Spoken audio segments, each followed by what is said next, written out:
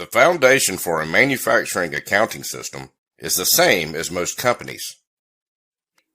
Where manufacturing companies carry inventory or are a C corporation, they are required by the Internal Revenue Service to use the accrual method for accounting. The accrual method requires that revenue and expenses are recorded when they are incurred, not paid. An example of this is if you purchase raw material, but the account is set up for net 60-day payments. The amount of the purchase would be recorded the day the raw material was received, but the payment would actually be made around 60 days after the raw material is received. The same method is used for revenue.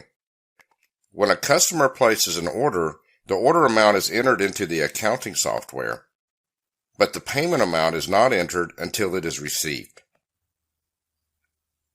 The accounting system also needs a chart of accounts. The chart of accounts is made up of different accounts where specific transactions are recorded. This helps separate our revenues, taxes, and expenses. The chart of accounts for U.S. operations is typically set up with a numerical value and title. Here are some examples.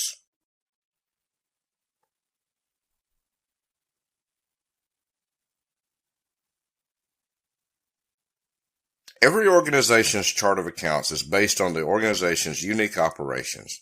So, the preceding example may be different than your organization's chart of accounts. The general ledger is the heart of the accounting system. The general ledger records each entry and places it as a debit or deduction from your system, or a credit, or an addition to your system. Most organizations have accounting software that is used to record these transactions.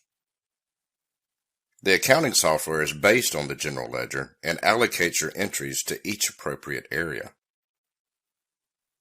Another important piece of an accounting system is T accounts, where the general ledger of your accounting system is set up with debits on one side and credits on the other. A T account is the same as a ledger format, except it is for individual accounts.